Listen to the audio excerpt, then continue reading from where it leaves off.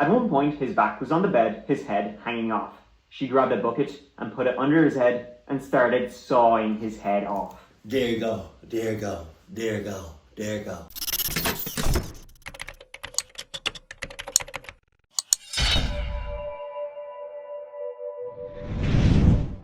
Sup, dope. And thank you for the recommendation. Somebody specifically wanted me to react to this. Hopefully it's good. Let's go. Hi, I'm Taylor Schabusiness. I'm get off rip. Off rip. I'm getting Cluck vibes. And we 2 seconds in. And I'm a very hardworking, dedicated individual that's broke and really needs money to help get that swole on.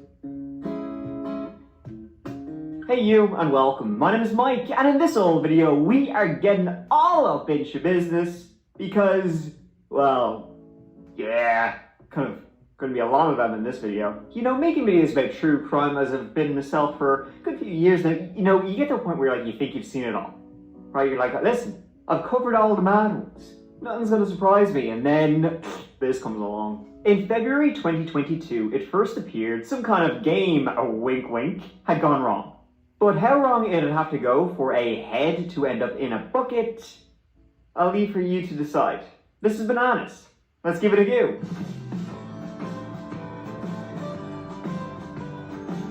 I can tell by the title of this video, this is about to be crazy. This old video takes us to Green Bay, home of the Packers, of cheese, of snow, and well, probably one of the craziest stories I've covered in recently at least.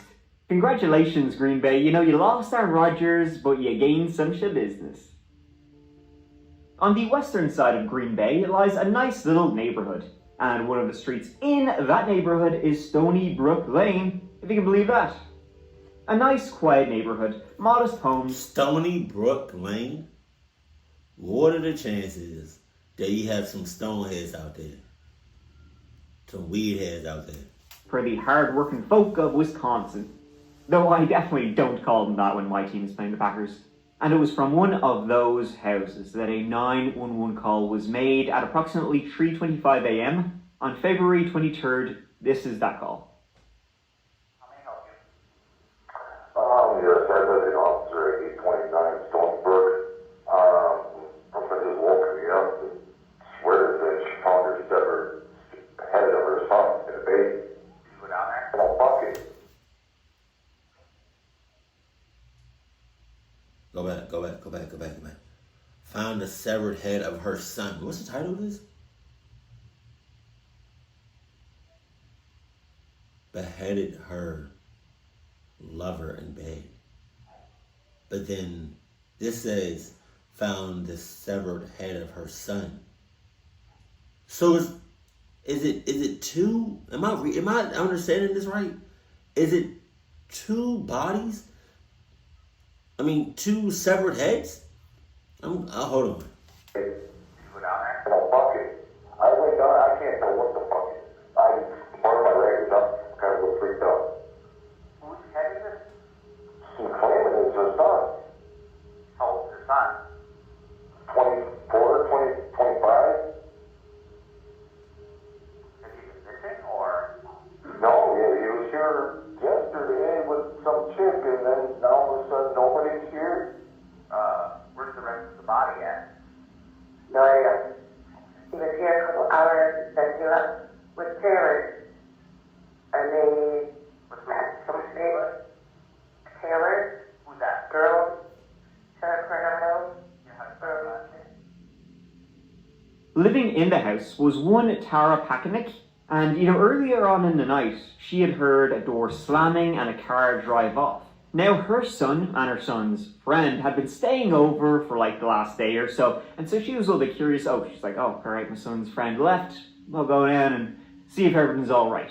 It was the middle of the night, you know, but she was a little bit curious, and so she sat down to investigate. And she went to use the bathroom, and she saw the light down in the basement where they were. It was on, so she down the steps she went. As she went down the steps, she opened the door into the basement, and right there on the other side of the door was a black bucket on the ground.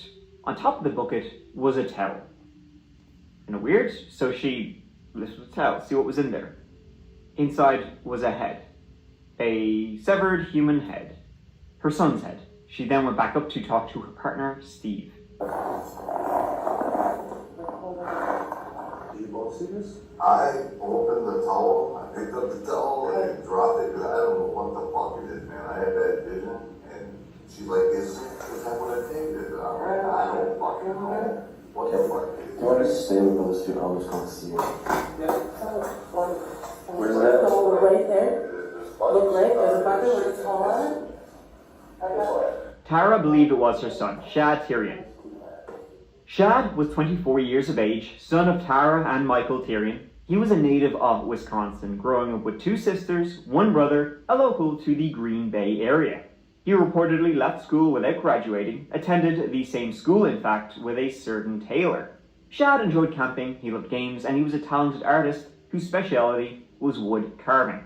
But now the police were riding to his home, his mother's home, for a different kind of carving. They showed up about 10 minutes after the 911 call had been made that snowy, bitter morning. Why? It doesn't. Where's the empathy at? Unless the mom and dad's empathy is going to come a little later in the video, but there's like nothing there. You know, it's like they don't feel nothing. That's what I'm feeling. Maybe I don't know. Following Tara's directions, they found the bucket at the bottom of the stairs, a towel on top, inside a severed head. Dude, it is.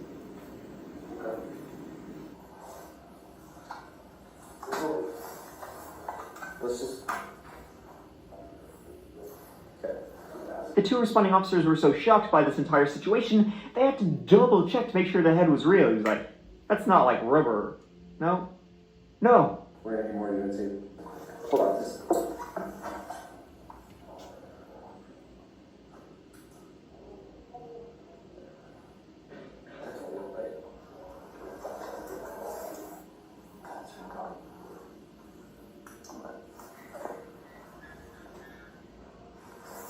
If we could get more units here sooner rather than later, that'd be appreciated.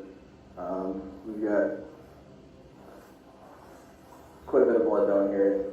I want to clear this rest of this house. There was a fair bit of blood in the basement, on the mattress, on the floors. And later, when checking the bucket fully, it was filled with blood, and there was a penis also inside, as well as 2 knives. Later, bags would also be found in the basement containing body parts, the upper torso, internal organs, and more knives would be found. And then... I know you damn lying. I know you fucking lying. Oh my God. Oh my God. I thought it was just a head. Pause. The police, the next protocol was who was the last person to be with Shad to see him. And that was a person Shad's mother Tara called Taylor Coronado, better known as Taylor Schabusiness. They rocked up to where she lived, also in Green Bay, about an hour and a half after first finding the severed head. And before they even spoke to her, saw her, knocked on her door, they could seemingly follow the trail of blood from her vehicle. Nothing. Hey. Is this blood? Does this look like blood to you? Am I just tripping? Bloody footprint? You see this right here? Well, it's red. Could possibly be blood. Hey, who did that?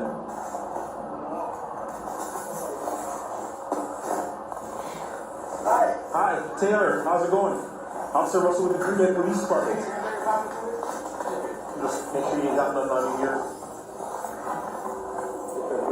Taylor emerged from the apartment building and seemed pretty surprised to see the police standing outside right beside her vehicle.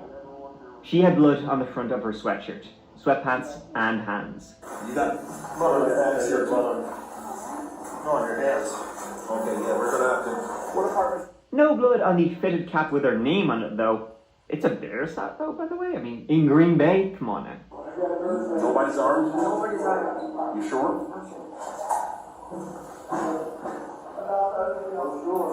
I mean, she was the Schabusiness, and she wanted everybody to know it. They do now. Taylor Schabusiness was born Taylor Coronado on the 23rd of November. That's her real last name.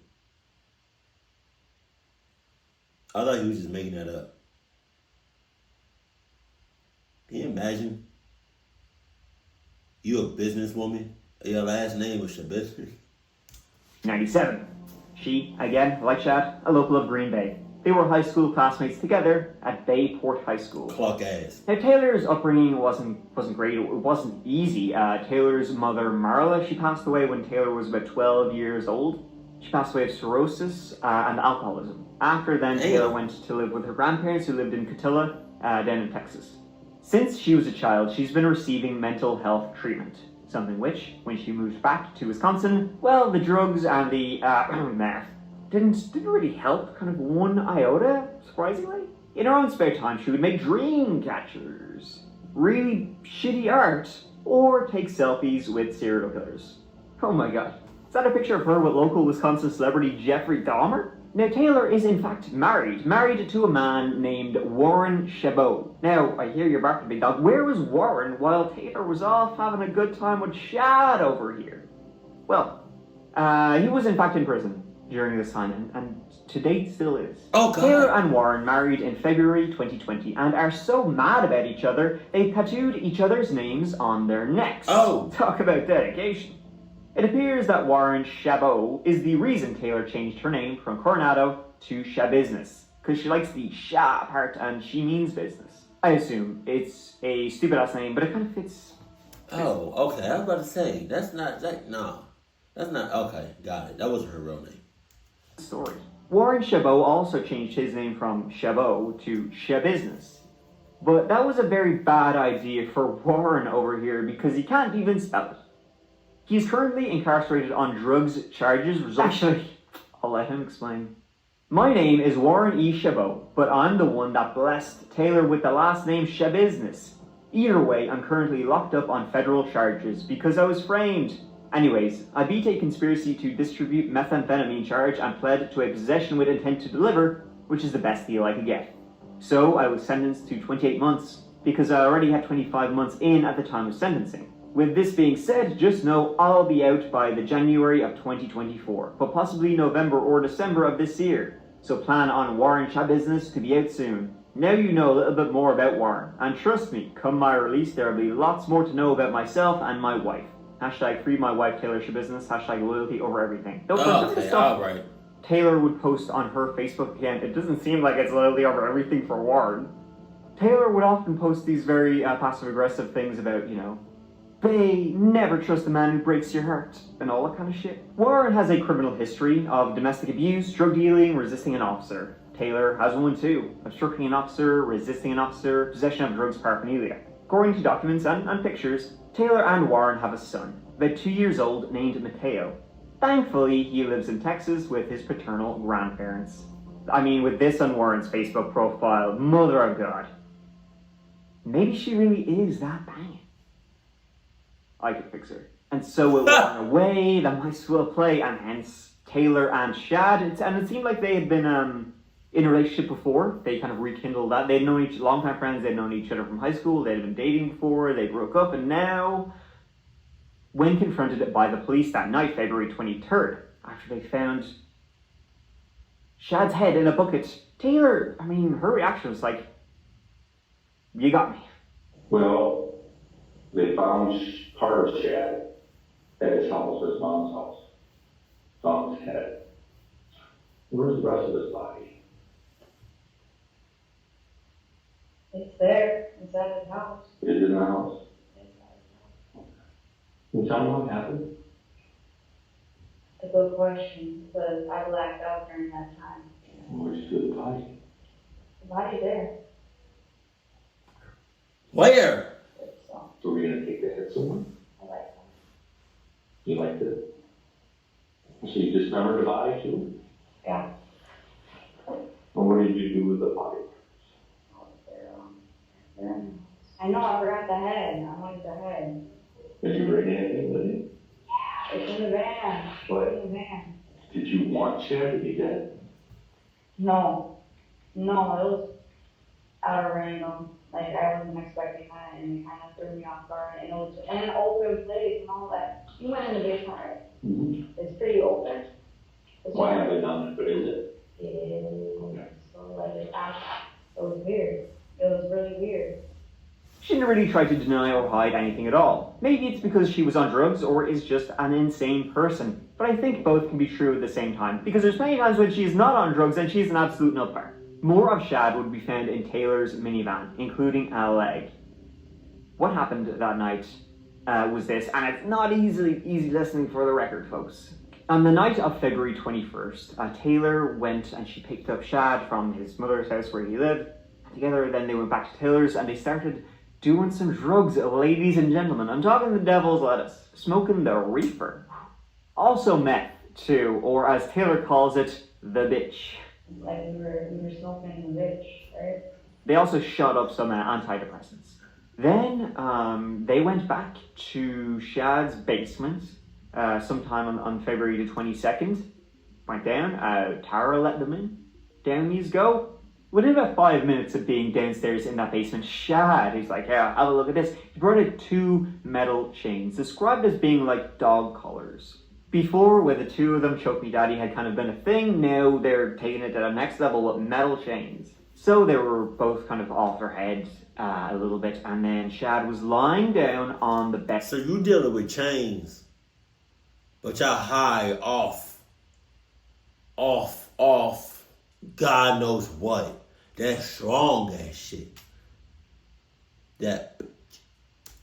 Face down, Taylor on top of him on his back, choking him. Here comes the chain, right? And then he put it around his neck while we were like playing around and shit. And then I don't know how it was on. Okay, but how did his head and other shit come off of him? Kind of like a prelude to, it was like foreplay. She was going buck wild. She was choking him. She kept going. Shad, his face became purple. He started coughing up blood. She went even harder and harder. She said she blacked out and doesn't kind of really remember exactly what happened, but next thing you know, she would come back to conscious. He would still be alive, resisting her, try to scratch her, but she would keep going harder and harder because, in her words, she liked it. She then choked him to death. Then after... Yeah, but also, they was also on some shit. Strong ass. They was high as hell.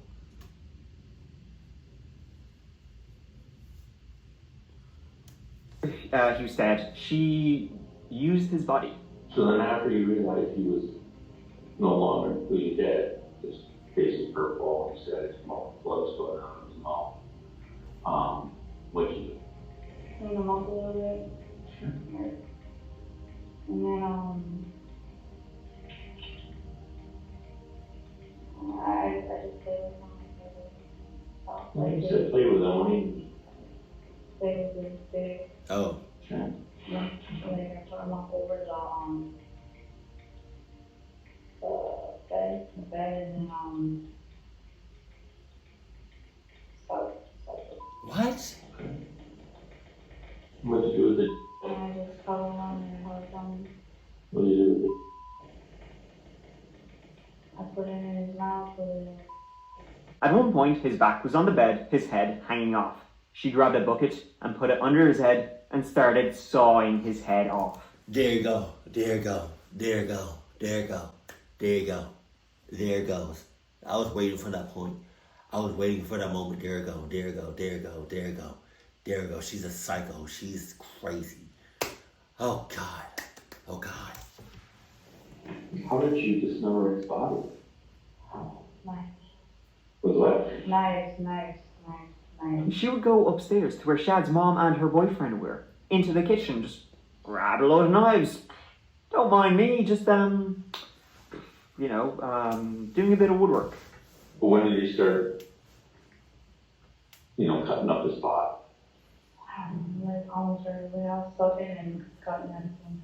Some of the knives that were found were bread knives ground down to the nub. She then began dismembering his entire body in that basement, putting his torso into a tote bag along with his heart and lungs. Other sections of him in 2 other bags inside the room, along with the bucket. His leg was found in a crock pot inside her minivan. Oh! And she was there essentially with the body pretty much the entirety of February the 22nd, doing all sorts and chopping him up. And then early morning, February 23rd, she left.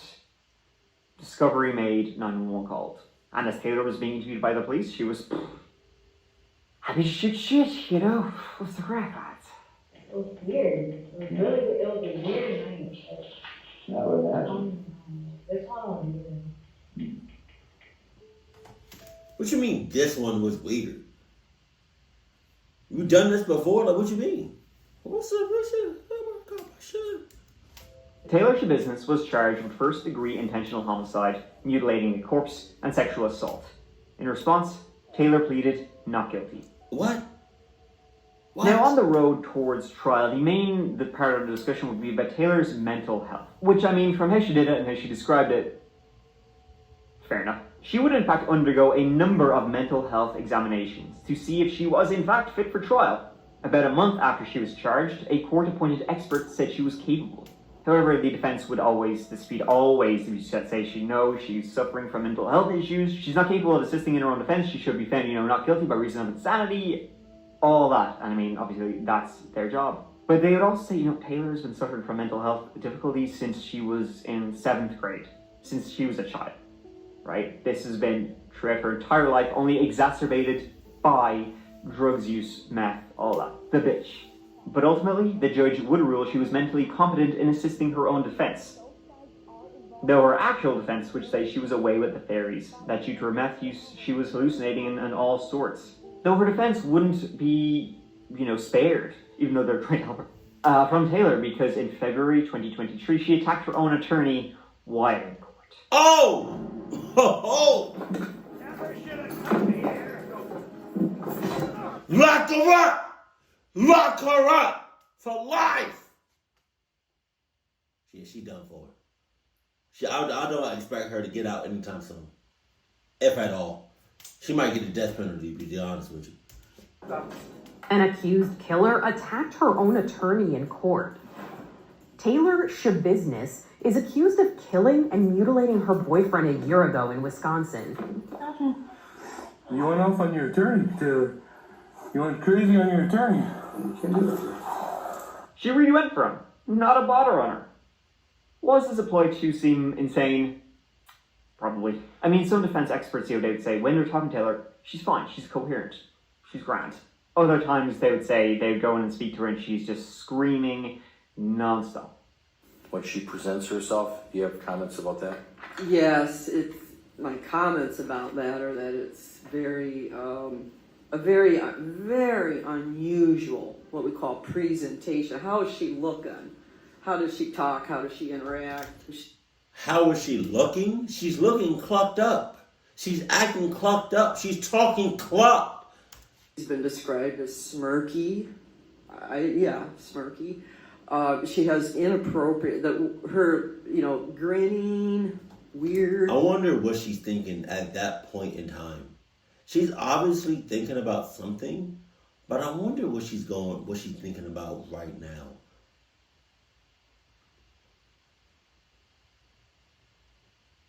I wonder if she's...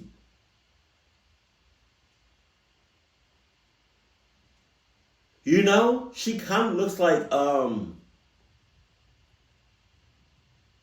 what's that Harry Potter character with the dark black hair?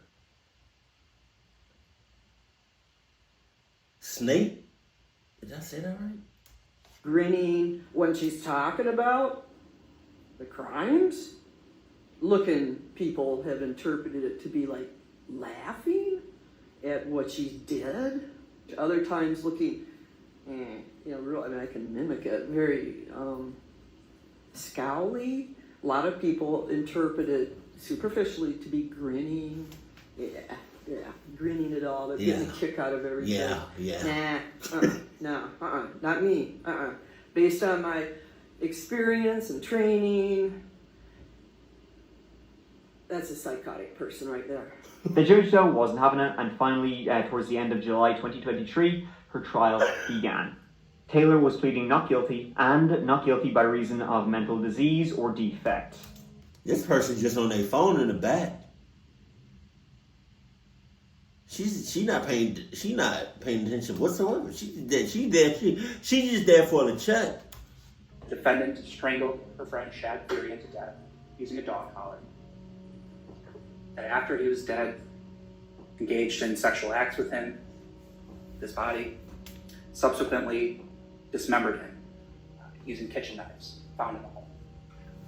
But ultimately, the case comes down to choices and responsibility. The defendant made a series of choices, February 21st, 22nd, and 23rd.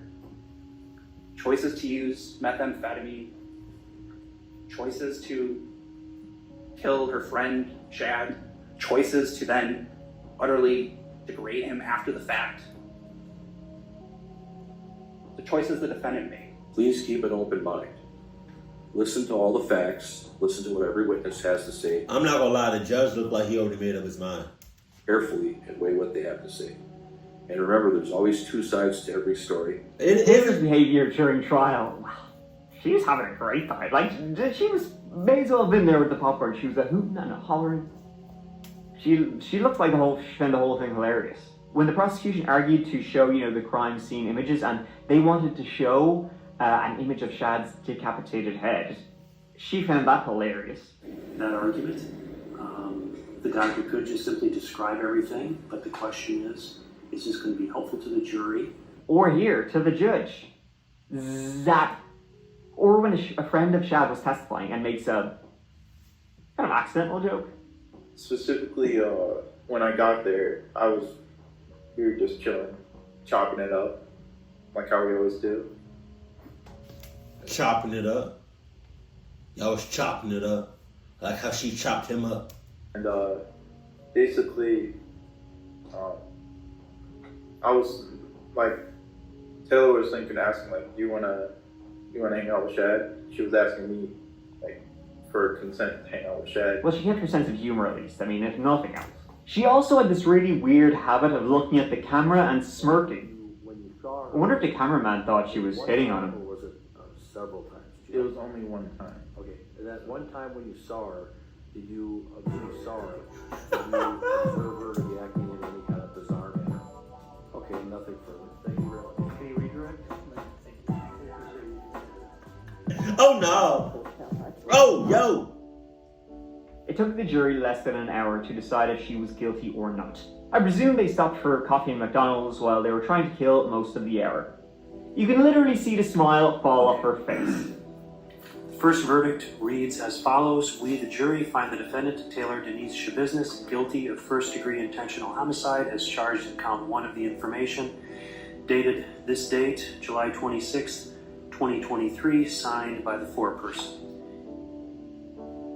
However, that was only the first part of the trial. Then would begin part 2 when the jury had to decide, was she, mentally responsible for, she did murder Shad, but was she mentally there when she did it, or was she not mentally responsible for the murder of Shad Tyrion?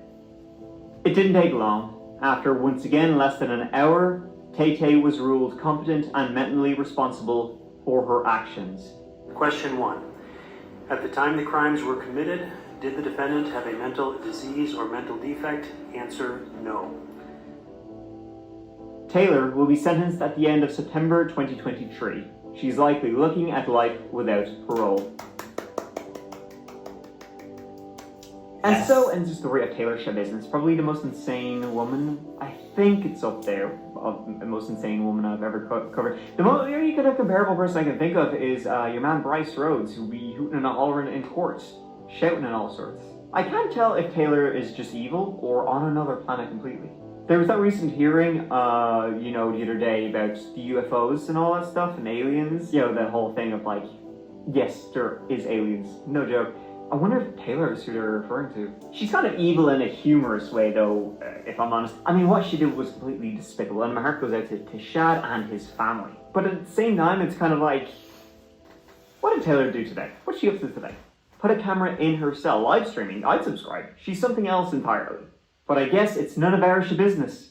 Thank you so much for watching. I really appreciate you taking the time to watch this old video. It means a lot as always. And as always, next old video will be up in a couple of days, every Tuesday and every Friday at 8 p.m. my time, which is 3 p.m. EST.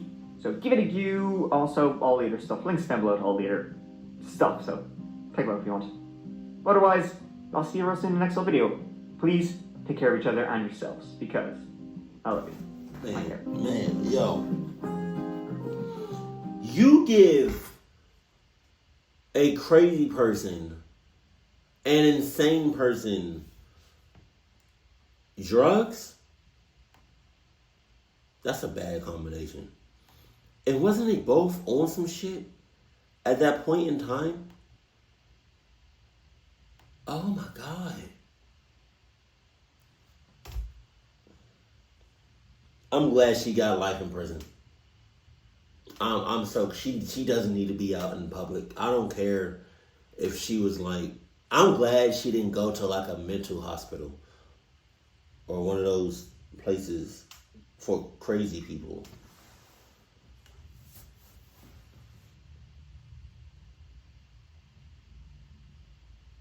I knew it was bad when she was choking him out and she kept going.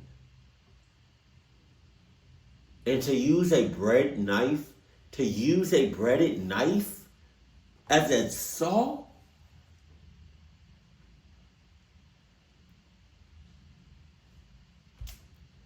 Yo. Some of y'all just don't need to be in relationships. And to bring the son to his parents' place, and for the mother to see her own son, oh my God. Yeah, this was a pretty intense story. Jesus Christ. Keep it cool, keep it classy, and I love you. Stay happy, my family.